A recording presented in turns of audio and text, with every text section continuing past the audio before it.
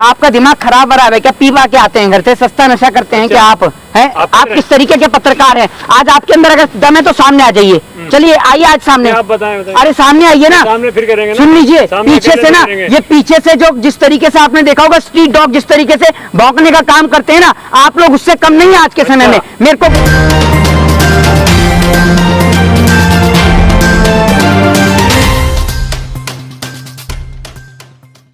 Budget की सराहना किस कार्य को लेकर हो रही है, पहले आप मुझे ये बता दीजिए, उसके बाद ही मैं शुरू करता हूँ। जनता करे सराहना, वो जनता। अरे आप एक बात मुझे बताइए, आप अपनी हर मर्जी में अपने मनचाही बात में जनता को क्यों ऐड कर देते हैं? आपके सूत्र और आप जनता को जहां मर्जी ऐड कर देते हैं। आपने जनता के पास जाके सर्वे किया है? आपने बजट तो दिखा दिया, लेकिन बजट के दौरान आपने ये बताया है कि अगले महीने से जो गरीब लोग हैं उनको गेहूं चावल, गेहूं नहीं मिलेगा, चावल मिला करेगा, गेहूं मिलना बंद हो जाएगा, ये आपने बताया है। तो उसमें कंडीशन रखी तो है सरकार ने। क्या कंडीशन रखी है? कंडीशन आपके पास बैग नहीं होना चाहिए, गाय नहीं होनी चाहिए। नहीं, अरे भैया उसके अलावा भी मैं आपको बता दूं, कि देश के अंदर सरकार जो है गेहूं नहीं देगी राशन कार्ड पे। अब राशन कार्ड पे गेहूं अब मिल ही नहीं रहा है। वो इसलिए नहीं मिल रहा है क्योंकि सरकार जिस टाइम पर यूक्रेन और रशिया के बीच में लगी हुई थी उनके संबंधों को बनाने में, उस समय इन्होंने किसान जो है वो लाइन में लगा हुआ था अपने अनाज को बेचने के लिए, लेकिन इन्होंने किसान का अनाज खरीदा नहीं। और आज जो है देश के अंदर लोगों को रोटी नहीं मिल पा रही है और इसकी चिंता भारतीय जनता पार्टी करती ही नहीं है। इसीलिए तो गेहूं को रोक दिया गया। अरे भैया गेहूं है ही नहीं तो रोकेंगे कहां से? ये तो बताइए, गेहूं अगले महीने से मिलेगा ही नहीं। तो आपको दिक्कत, अब रोक दिया तो आपको दिक्कत, आपको तो दिक्कत रहती है हमेशा। आपका दिमाग खराब है क्या? पीवा के आते हैं घर से, सस्ता नशा करते हैं क्या आप? हैं आप किस तरीके के पत्रकार हैं? आज आपके अंदर अगर दम है तो सामने आ जाइए। चलिए आइए आज सामने। आप बताएं। अरे सामने आइए ना, सामने फिर करेंगे ना। सुन लीजिए पीछे से ना, ये पीछे से जो जिस तरीके से आपने देखा होगा स्ट्रीट डॉग जिस तरीके से भौंकने का काम करते हैं ना, आप लोग उससे कम नहीं है आज के समय में। मेरे को बोलना नहीं चाहिए, लेकिन जो कुछ पत्रकार है ना, मैं आप सभी को नहीं कहूंगा और सभी पत्रकारों के लिए नहीं है, ये उन पत्रकारों के लिए शब्द का इस्तेमाल किया है जो स्ट्रीट डॉग वाला काम कर रहे हैं, ठीक है ना। ये सामने आते नहीं है, 5-5 हजार रुपए के बिकाऊ लोगों को खड़ा करते हैं ये नेशनल मीडिया की तरह और उसके बाद बुलवाते हैं। कितने में बिके हैं? किसके लिए? आप कितने में? अरे अपने देश के लिए तो मैं अपनी जान बेच सकता हूँ, आपके लिए नहीं है। आपकी तरह नहीं कि अपने जो है आप अपने जमीन को भी बेच दें पैसों के खातिर। आप लोगों की तरह नहीं हूं मैं कि आप अपने जमीन को ही बेच रहे हैं। आप किस तरीके के पत्रकार हैं, न जाने कितने पैसों में आपका नरेंद्र मोदी जी ने या भारतीय जनता पार्टी ने कितने पैसों में दलाली देकर आप जैसे लोगों को खरीदा है। देश के प्रधानमंत्री हैं, आपका क्या मतलब है? क्या?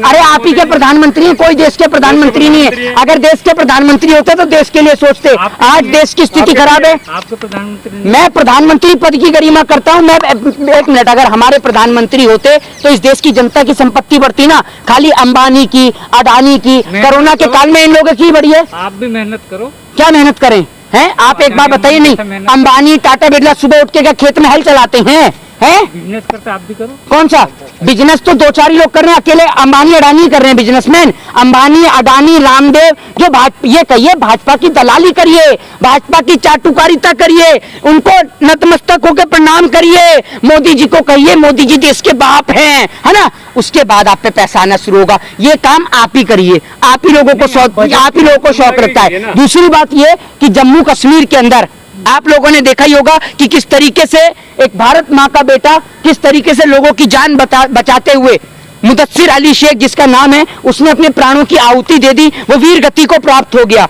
जो लोग इस देश में हिंदू और मुसलमान के नाम का जहर घोलते हैं, उसके बाद आज कश्मीर के अंदर रहने वाले कुछ लोगों से मेरी बात हुई है। उन लोगों का कहना यह है कि कश्मीर के लोगों को यह कहा जाता है कि कश्मीर का मुसलमान जो है वो गद्दार है, कश्मीर का मुसलमान पाकिस्तान के नारे लगाता है, ये कहा जाता है लगातार। लेकिन आज मेरी कुछ कश्मीर के रहने वाले आम लोगों से बातचीत हुई है, वार्तालाप हुआ है, तो उन लोगों का कहना यह है कि हम लोग मोहित भाई आप लोगों की तरह इसलिए नहीं बोल सकते क्योंकि अगर हम बोलेंगे तो हमारे को जो है यहाँ रहने वाले टेररिस्ट जो हैं वो हमारे को अपनी गोली का निशाना बना लेंगे। सरकार हमें वो प्रोटेक्शन, वो सुविधा नहीं देती है। यहाँ पर ना कोई मॉल है, ना सिनेमा हॉल है, ना ही कोई मनोरंजन के कोई साधन है, ना तो वहां पर आपको कोई फिल्म स्टूडियो दिखता है। आप देख लीजिए जिस तरीके से कश्मीर के अंदर सिर्फ धारा 370 हटाने के बाद ये कहा गया था ना कि कश्मीर की स्थिति बेहतर होगी, कश्मीर के अंदर लोग प्लॉट खरीदेंगे। आप में से कोई भी बीच में इंटरप्ट मत करिएगा, बड़े शांति से सुनिएगा। कश्मीर के रहने वाले आम नागरिक से मेरी बात हुई है तो उन लोगों का कहना यह है कि मोहित भाई अगर मान लीजिए कि हम अपनी एजुकेशन लेने के लिए कश्मीर छोड़कर दिल्ली आ जाते हैं और दिल्ली में आकर हम अपनी बात को रखते हैं कि कश्मीर में इस तरीके का माहौल चल रहा है। वो कह रहे हैं कि कश्मीर का एक भी नागरिक कभी भी पाकिस्तान के साथ नहीं जाना चाहता, क्योंकि पाकिस्तान एक बर्बाद मुल्क है। आज पाकिस्तान की स्थिति इतनी खराब है कि पाकिस्तान का रुपया तेजी से नीचे गिर रहा है। पाकिस्तान के साथ कभी भी कश्मीर नहीं मिलना चाहता। कश्मीर के रहने वाले, ये कश्मीर के कुछ मुसलमान भाई भी हैं, कुछ कश्मीरी पंडित हैं जो वहां धरने पे बैठे हैं, उन सबसे बात हुई है। ये जो मैं आपको बता रहा हूं, ये कश्मीर के मुसलमानों ने कही है कि हम लोगों को ये कहा जाता है कि आप लोग बोलते नहीं है। असल में हम चाहते हैं कि कश्मीर जो है उसको भारत का ही हिस्सा बनाए रह जाए। हम पाकिस्तान में कभी नहीं मिलना चाहते। सरकार हमें प्रोटेक्शन दे, हमारे बच्चों को प्रोटेक्शन दे, हमें सेफ्टी से रखे। दूसरी बात ये कि सरकार यहाँ पर मनोरंजन के साधन खोले, सिनेमा हॉल खोले, मॉल खोले, जिस तरीके से हर जगह होते हैं। अगर यहाँ पर सिनेमा हॉल खुलेंगे, मनोरंजन के साधन खुलेंगे, तो सीधी तौर पे जो बच्चे आज जिनके अंदर जहर घोला जा रहा है, आज छोटे छोटे बच्चों के मन के अंदर वहां जहर घोला जाता है कि भैया हिंदुस्तान के अंदर आपके साथ ये हुआ वो हुआ। वहां के रहने वाले लोग आर्मी से बेहद प्रेम करते हैं, लेकिन कुछ लोग वहां पर ऐसे लोग हैं जो सिविलियन के बीच में आते हैं, सिविलियन के बीच में आते हैं और वो टेररिस्ट होते हैं। ये मैं आपको कश्मीर की बता रहा हूँ, कश्मीर के लोगों से ही आज मेरी बातचीत हुई है। तो वो लोग जो है वो टेररिस्ट होते हैं। जी 370 हटने के से पहले वहीं के लोग सेना पे पत्थरबाजी करते मैं आपको यही बता रहा हूँ। तो यही मेरा सवाल था जो आपने सवाल किया। मैंने ये कहा कि आप लोगों के लिए एक मेमोरेंडम कहा जाता है कि कश्मीर के लोग तो भारतीय सेना के ऊपर जो है पत्थरबाजी करते हैं। तो उन लोगों का कहना यह होता है कि मोहित भाई, हम लोग कभी भी कश्मीर की आर्मी पर, जम्मू कश्मीर की आर्मी पे हम कभी भी पत्थरबाजी नहीं करते, हम कभी भी बीएसएफ पे पत्थरबाजी नहीं करते। तो मैंने कहा जो फुटेज आती है, ये जो वीडियोस आती है, कहां से आती हैं, ये कैसे आती है? कश्मीर की तो फुटेज और वीडियोस हैं। तो उन लोगों का साफ और सरे तौर पर कहना था कि कुछ लोग हमारे बीच में आते हैं और वो लोग टेररिस्ट लोग होते हैं, आतंकवादी लोग होते हैं। उन लोगों का कहना है कि सरकार पाक अधिकृत कश्मीर, जिसको हम बोलते हैं पीओके, उस पर कड़ी सुरक्षा करे, पीओके को अपने अंडर लेकर पूरी तरीके से वहां पर कड़ी सुरक्षा तैनात करे और पीओके से ना तो कोई इधर से ना उधर से कोई आ सके, क्योंकि वहां के आने वाले लोग कश्मीर के लिए खतरा है और कश्मीर भारत का एक अभिन्न अंग है और भारत के कश्मीर के लोग चाहते हैं कि कश्मीर भारत का हिस्सा रहे। वो एक बर्बाद मुल्क के साथ नहीं जाना चाहते, वो कश्मीर के साथ जाना चाहते हैं, कश्मीर की खुशहाली के साथ जाना चाहते हैं। और कश्मीर की खुशहाली, देश की खुशहाली के साथ, कश्मीर की, पूरे देश की खुशहाली कश्मीर में ही है, क्योंकि कश्मीर भारत देश का हिस्सा है। आप तो वो नफरती पत्रकार हैं जो इस देश के अंदर भी जहर घोलने का काम करते हैं। आपकी मानसिकता खराब है क्या?